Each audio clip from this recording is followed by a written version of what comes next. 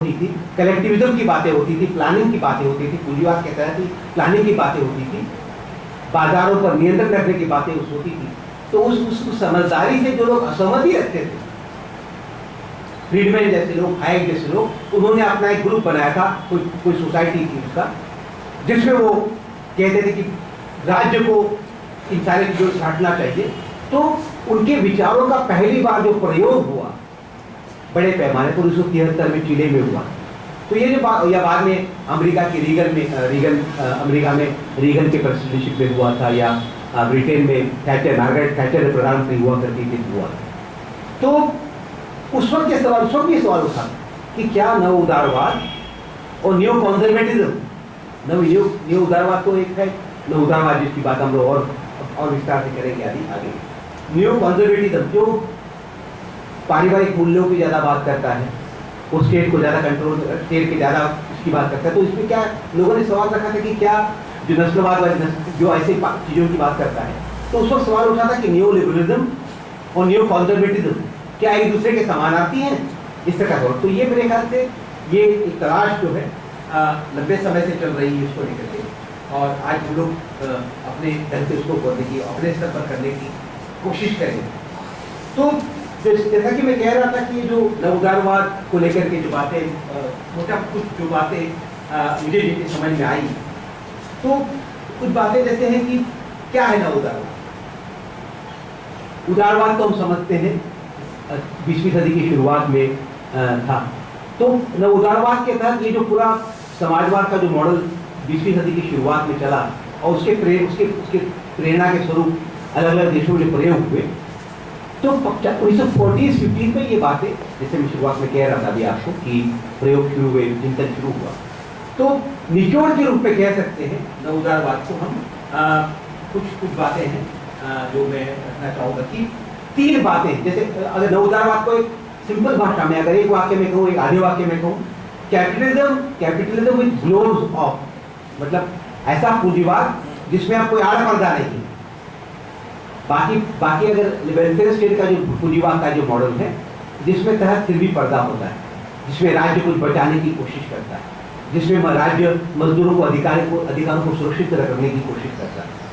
और अगर ये जो वो अपने हित पे करता है, पूंजीवाद अपने हित पे करने की कोशिश करता है, क्योंकि जानता है कि अगर मजदूरों को अधिकार नहीं दिए जाएंगे, अगर बहुत ज़्यादा गरीबी बढ़ेगी, बहुत ज़्यादा बेकारी बढ़ेगी, तो ये जनता हमारे खिलाफ खड़ी हो सकती है। इस वजह से वो अपने लॉन्ग टर्म हितों के हिसाब से, अपने दूरगामी हितों के हिसाब से वो ये कदम वेलफेयर स्टेट का जो मॉडल अपनाता है, इस वजह से अपनाता है। नवउदारवाद निचोड़ में कैपिटलिज्म विद ग्लोव्स ऑफ, पूरा अब कोई पर्दा नहीं है। तो मोटा मोटी उसके 3 आयाम किताब में पढ़ रहा था, उन्होंने कहा था कि एक तो नवउदारवाद की आइडियोलॉजी, और एक दूसरा साथ उसका मोड ऑफ गवर्नेंस, किस तरह से आप सरकार चलाते हैं, और तीसरा उसका आयाम है पॉलिसी पैकेज, किस तरह की पॉलिसी आप लाने की कोशिश करते हैं, जमीनी स्तर पर लाने की, सरकारी स्तर पर लाने। तो ये विचारधारा क्या है।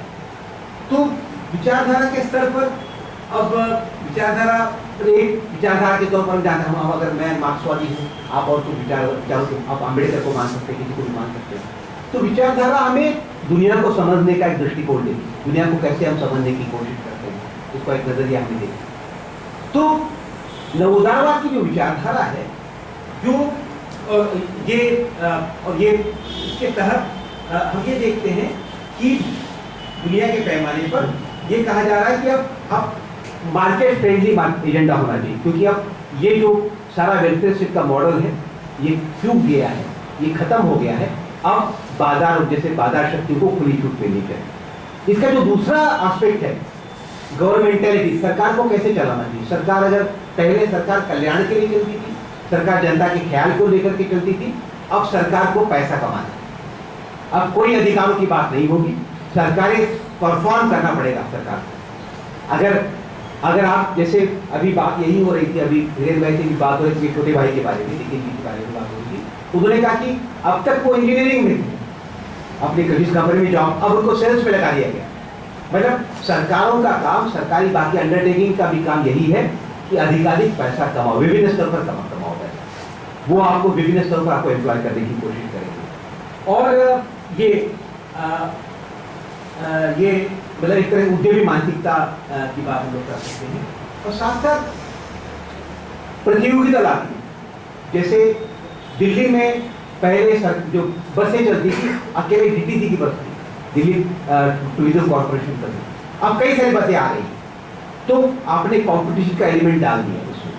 तो साथ साथ डिसेंट्रलाइजेशन की बात होती है, जिसमें अगर आप जैसे सारा की भाई राज्य का डिसेंट्रलाइजेशन से विकेंद्रीकरण होना चाहिए ये, और तो और ये अब पब्लिक गुड को फॉलो करने के बजाय, पब्लिक गुड के बजाय, जैसे लोगों का अधिकाधिक चीज होने के बजाय अब ज़्यादा से ज़्यादा कि भाई कैसे क्या प्रॉफिट की बात ज़्यादा होती है।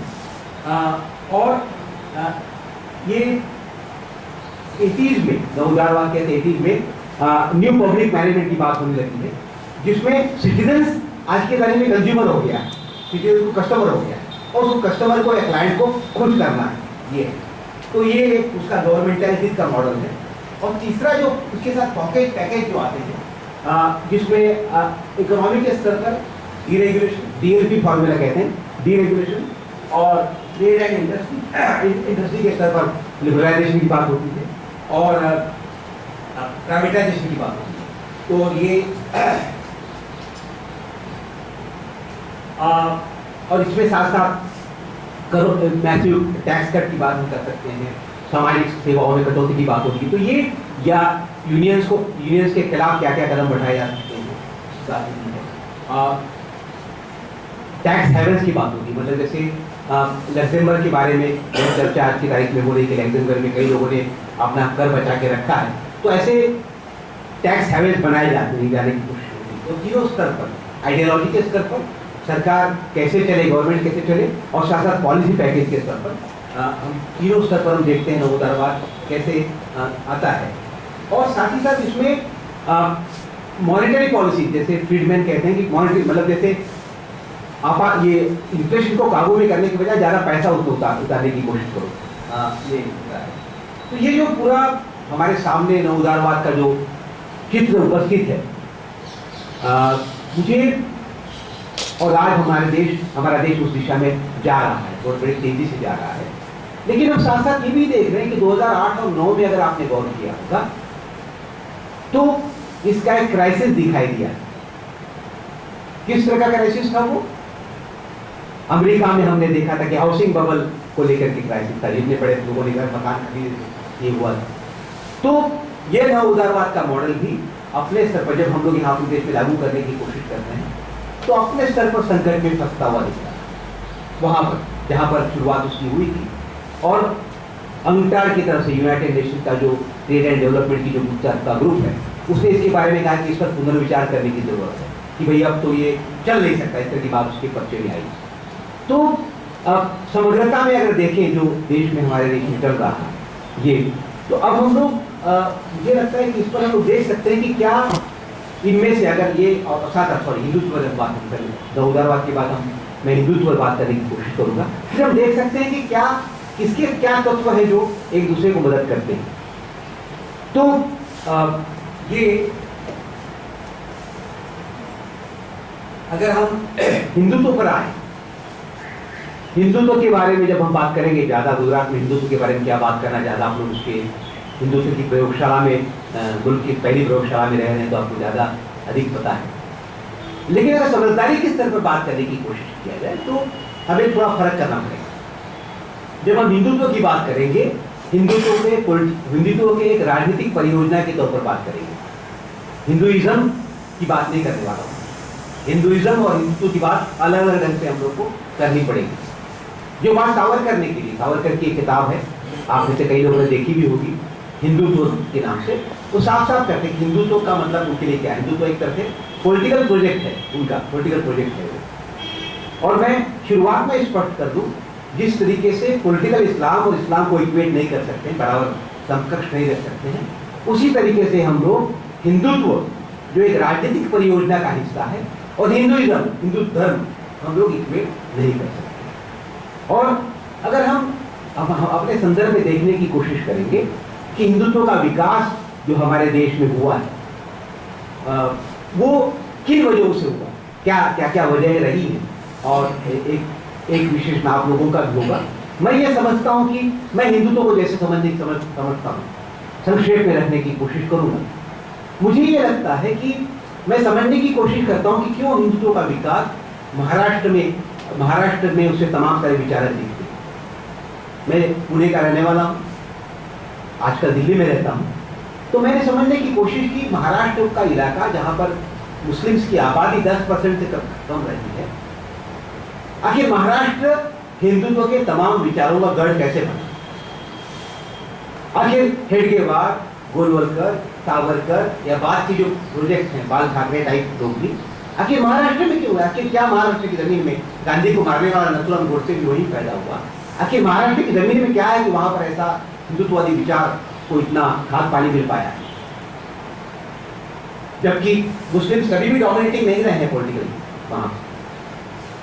तो मैंने थोड़ा गहराई से समझने की कोशिश की। मैंने देखा कि हेडगेवार की जो चरित्र है, हेडगेवार का चरित्र आप लोगों ने देखा होगा कि संगम वृक्ष के बीच सीपी विशिकर साहब ने लिखा है, जिसमें वो पूछते हैं कि क्यों हिंदुत्व का आरएसएस क्यों बनाई आप? तो दो कारण देते हैं। एक कारण वो देते हैं कि यवनों का जोर बढ़ रहा था, यवन में मुसलमानों का जोर बढ़ रहा था। दूसरा बताते हैं वो गैर ब्राह्मण आंदोलन की बात करते हैं। तो अपनी समझदारी में हेडगेवार साहब क्लियर हैं कि आरएसएस क्यों बनाई। एक तो साफ करते हैं कि मुसलमानों के खिलाफ, और दूसरा गैर ब्राह्मणों के खिलाफ। और गैर ब्राह्मण महाराष्ट्र के इतिहास से अगर आप परिचित हैं, आप जरा समझने की कोशिश करेंगे तो वही महाराष्ट्र, जिस महाराष्ट्र में हेडगेवार, गोलवलकर सारे लोग पैदा हुए, वही महाराष्ट्र वो इलाका है जिसमें कल जिसके बारे में बात हम लोग कर रहे थे, वो फुले आंबेडकर का इलाका है, वो ताराबाई शिंदे का इलाका है, वो रामाबाई का इलाका है, वो तमाम सारे सामाजिक विद्रोहियों का इलाका है। 1848 में पहली बार लड़कियों के लिए स्कूल वहां पर खोला गया। किसने खोला? सावित्रीबाई फुले, महात्मा फुले और फातिमा शेख ने खोला। महाराष्ट्र का वो इलाका जहां 1818 में जब पेशवाओं का राज हुआ करता था, तो दलितों की क्या स्थिति थी? कई सारी किताबों में आया कि ब्राह्मण मतलब गले में घड़ा लटका के दलितों को घूमना पड़ता था। तो एक ऐसा इलाका जहां पर ब्राह्मणवाद का, मनुवाद का जबरदस्त पकड़ थी, उस इलाके में अंग्रेजों के आने के बाद से एक सामाजिक विद्रोह का आंदोलन खड़ा होता है। फुले आंबेडकर के नेतृत्व में खड़ा होता है, फुले सावित्रीबाई फुले के नेतृत्व में खड़ा होता है, और ताराबाई शिंदे जो उसके साथ जुड़ जाती है, जो जिनको पहली महिला सिद्धांतकार कहा गया है। तो ब्राह्मणवाद के जो जबरदस्त चुनौती महाराष्ट्र में उपस्थित हुई है, जो देश के पैमाने पर पहली बार मैं देखता हूँ कितनी बड़ी चुनौती महाराष्ट्र में उपस्थित हुई है, जिसकी कोई काट नहीं थी उनके पास, जिसकी कोई काट नहीं। और अगर आप ये जो चिंता रही है मनुवादी लोगों की, जो ब्राह्मणिकल फोर्सेस की, मैं जब ब्राह्मणिज्म की बात करता हूं तो मैं विचारधारा की बात करता हूं। ऐसे तमाम लोग जो उच्च वर्णीय लोग थे, जिनकी चिंता ये थी कि दलित खड़ा हो रहा है, दलित उठ रहा है, दलित पिछड़े लोग उठ रहे हैं, तो एक चिंता जगी। आरएसएस तो उसका बाद में आया। अगर आप लोकमान्य तिलक को पढ़ने की कोशिश करेंगे तो लोकमान्य तिलक ने कहा जाता है कि शिव जयंती, गणेशोत्सव शुरू किया। क्यों किया था गणेशोत्सव शुरू? महाराष्ट्र में ऐसी कोई परंपरा नहीं थी साझे समूह की, साझे उत्सव मनाने की। गणेश तो पेशवाओं का देवता था, पेशवाओं का अपना देवता पेशवाओं। क्योंकि अगर आप देखेंगे मुहर्रम में सारी जातियों के लोग जाते थे, इसमें दलित भी जाते थे। और जब संख्याओं की राजनीति शुरू हो गई देश में, कौन कितनी संख्या में, हिंदू कितनी संख्या में है, मुस्लिम कितनी संख्या में है, तो कांग्रेस के अंदर भी एक तबका था जिसको लगा कि दलित उधर जा रहा है, मुहर्रम की तरफ मनाने जाता है, उसको इधर लाना होगा। महाराष्ट्र में गणेशोत्सव जो कोशिश की, जो नींव डाली गई, जो असली एंग्जाइटी थी, असली एंग्जाइटी यही थी कि उधर जाने से बचाओ उसको। और आप महाराष्ट्र के इतिहास को पढ़ने की करेंगे तो आपको 1893 में पहली बार दंगा हुआ महाराष्ट्र में, बड़ा दंगा हुआ। तो ये जो चैलेंज था, फुले आंबेडकर का चैलेंज था, उसके काउंटर के तौर पर हिंदुत्व का विचार बनता है। और मैं मानता हूं कि एक तरह का ब्राह्मणिकल काउंटर रेवोल्यूशन के तौर पर मैं हिंदुत्व को देखता हूं। और ये वो आप बाद में भी देखेंगे, बाद में कभी अगर चर्चा होगी तो विस्तार से हम लोग जा सकते हैं, क्योंकि कैसे मनु के विचारों के प्रति जो सम्मोहन है आज भी आरएसएस में, उनके लोगों में दिखाई देता है। 1947 में जब संविधान बनाने की कोशिश शुरू हुई थी तो सावरकर और गोलवलकर ने साफ कहा कि संविधान बनाने की जरूरत क्या है, हमारे पास मनुस्मृति है ना, लिखा था उन्होंने। या 10 साल पहले जब कल ही उसका उल्लेख आप कर रहे थे, किताब का उल्लेख कर रहे थे, पुराण जो तुलीना जज्जर में जो मारे गए थे, जज्जर में 5 दलितों को जब मारा गया था तो आरएसएस के नेता थे, उन्होंने कहा था कि पुराणों में मनुष्य से ज्यादा गाय को महत्व दिया है। तो आरएसएस के अंदर आज भी वो मनुवादी चिंतन विद्यमान है। तो हमें अब ज्यादा आरएसएस के बारे में, हिंदुत्व के बारे में ज्यादा चर्चा हमें आगे बढ़ना चाहूंगा। तो एक तरफ नव उदारवाद है जो जिसका कहर हमारे ऊपर बर्पा हो रहा है और बर्पा होने वाला है, क्योंकि अब तो 5 साल के लिए तो कम से कम ये हुकूमत रहने वाली है। और एक तरफ ये हिंदुत्व का विचार, तो कैसा इसके संबंध को देख सकते हैं, कैसे देख सकते हैं? मुझे ऐसा लगता है कि कुछ मिला जुला चित्र उपस्थित कर देता है। मुझे लगता है कि कुछ तत्व ऐसे हैं नव उदारवाद के, हिंदुत्व के कुछ ऐसे तत्व हैं जो नव उदारवाद के लिए बाधक भी बन जाते हैं। अगर मान ली हिंदुत्व के तहत अगर दंगे जैसी स्थिति बनी, अगर सांप्रदायिक दंगा, सांप्रदायिक तनाव बहुत फैले, तो ऐसी चीजें पूंजीवाद के फलने फूलने में, विकसित होने में दिक्कतें पैदा करती हैं।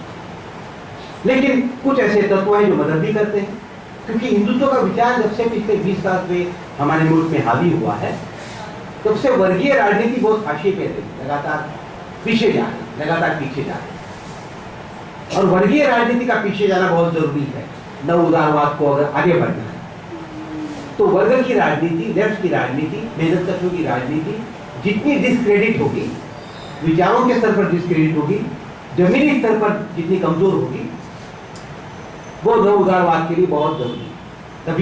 तभी उसको चुनौती, वो सुकून में रह सकता है, क्योंकि वो जनता अगर आपस में बटी रहेगी तो जितने बड़े पैमाने पर अटैक हुआ है, जो मतलब अगर आप गौर करेंगे कि जिसके बारे में संक्षेप में हम लोग बात कर रहे थे, अगर संगठित प्रतिरोध शुरू हो जाता है इन नीतियों के खिलाफ तो बचना मुश्किल, क्योंकि भाई यूपीए 2 ने भी अगर झुकना पड़ा था तो किस लिए झुकना पड़ा? क्योंकि सिंगूर नंदीग्राम को लेकर के भट्टा पारसोल करके पारसोल में जहाँ जमीन का अधिग्रहण किया जा रहा था, जनता के आंदोलन जब खड़े हुए तो जन आंदोलन के बाद दबाव में उनको झुकना पड़ा।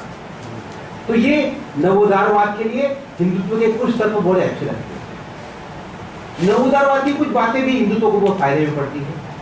नवोदारवाद में मार्गरेट थैचर ने कहा था, देयर इज नो अल्टरनेटिव, पूंजीवाद का कोई विकल्प नहीं है, उनके साथ नाम जुड़ गया है। या तो ये जो कोई विकल्प नहीं है, नव उदारवाद की विचारधारा का एक अहम हिस्सा के तौर पर देखते हैं लोग। तो ये विचार हिंदुत्व के फलने फूलने में बड़ा फायदेमंद है, क्योंकि आज यही बात, इसी तरह से चीजों को प्रोजेक्ट किया जा रहा है कि हमारे यशस्वी प्रधानमंत्री का कोई विकल्प नहीं है, दुनिया भर में उनका लोहा माना जा रहा है। मेडिसन स्क्वायर गार्डन पे लोग जुट रहे हैं, ऑस्ट्रेलिया में जुट रहे हैं, जहाँ जगह जगह जहाँ वो जा रहे हैं वहाँ लोग जुट रहे हैं, और सब लोग सारे पूंजीपति, सारे चार बने हुए उनके, और मीडिया उनके साथ उनका स्तुतिगान में लगा हुआ है। तो कहा जा रहा है उनका कोई विकल्प नहीं। तो ये जो नव उदारवाद के तहत की विचारधारा का अहम हिस्सा है, अब विकल्प नहीं है चीजों का, ये इसके लिए भी फायदा होता है। तो कुछ हम लोग और बारीकी में जाकर के पड़ताल करने की कोशिश करेंगे, कुछ ये क्या क्या उसके बिंदु हो सकते हैं।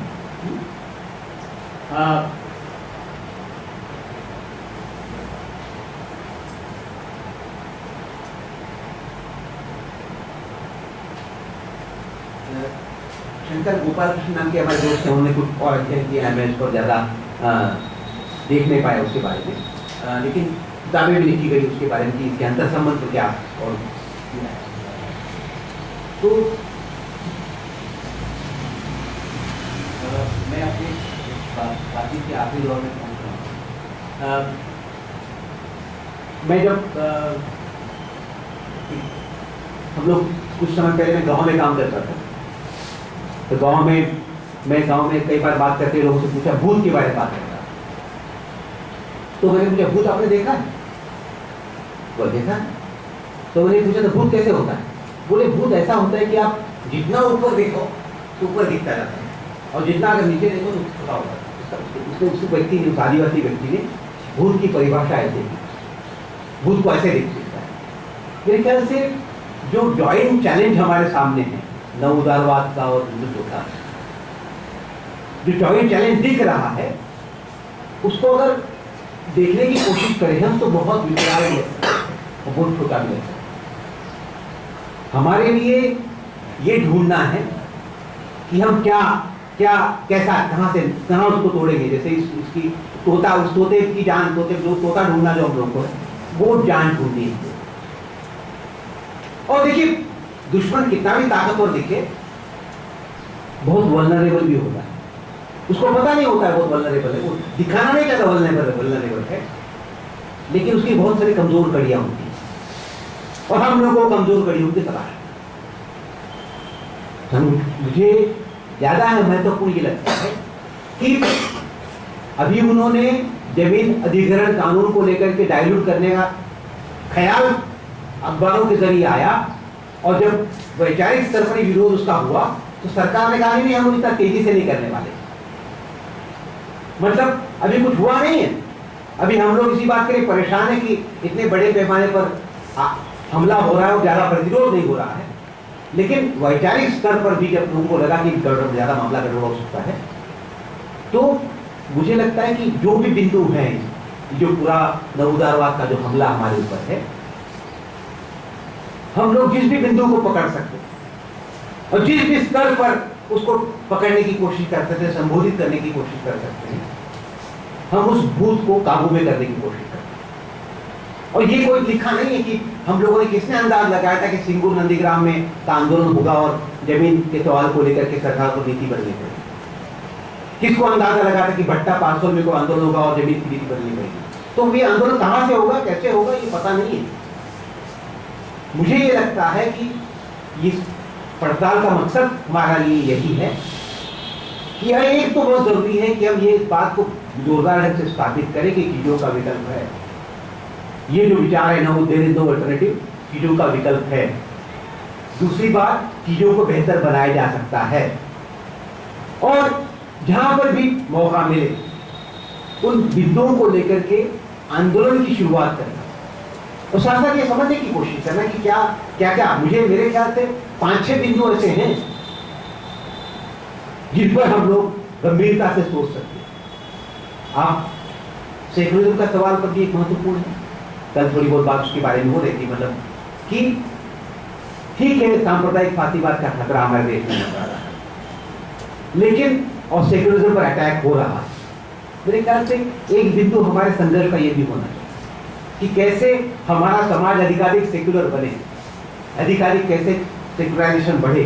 ये बारे में अगर हम संविधान को उन्होंने छोड़ा नहीं है, छोड़ने की कोशिश कर रहे हैं, एक बिंदु हमारे संघर्ष का ये हो सकता है जो लोगों को जोड़ता हो, तमाम लोगों को साथ में जोड़ता हो। अगर यूनियन अधिकारों पर हमले हो रहे हैं तो हम इस सवाल को लेकर के कुछ कर सकते हैं। अगर पब्लिक सेक्टर को प्राइवेट हाथों में सौंपा जा रहा है तो कई सारे ऐसे बिंदु बन सकते हैं, फौरी तौर पर हम उसके बारे में रणनीति बना सकते हैं, जहां पर भी रणनीति बना सकते हैं। और अगर रणनीति न भी बना पाए लेकिन ऐसी छोटी मोटी गोष्ठियों के जरिए एक माहौल बना, अगर गोष्ठियां भी न मुमकिन हो पाए तो अखबारों के जरिए, पत्र पत्रिकाओं के जरिए हम इन चीजों के बारे में लिख सकते हैं कि चीजों को बदला जा सकता है। और इसी बात के साथ बहुत बहुत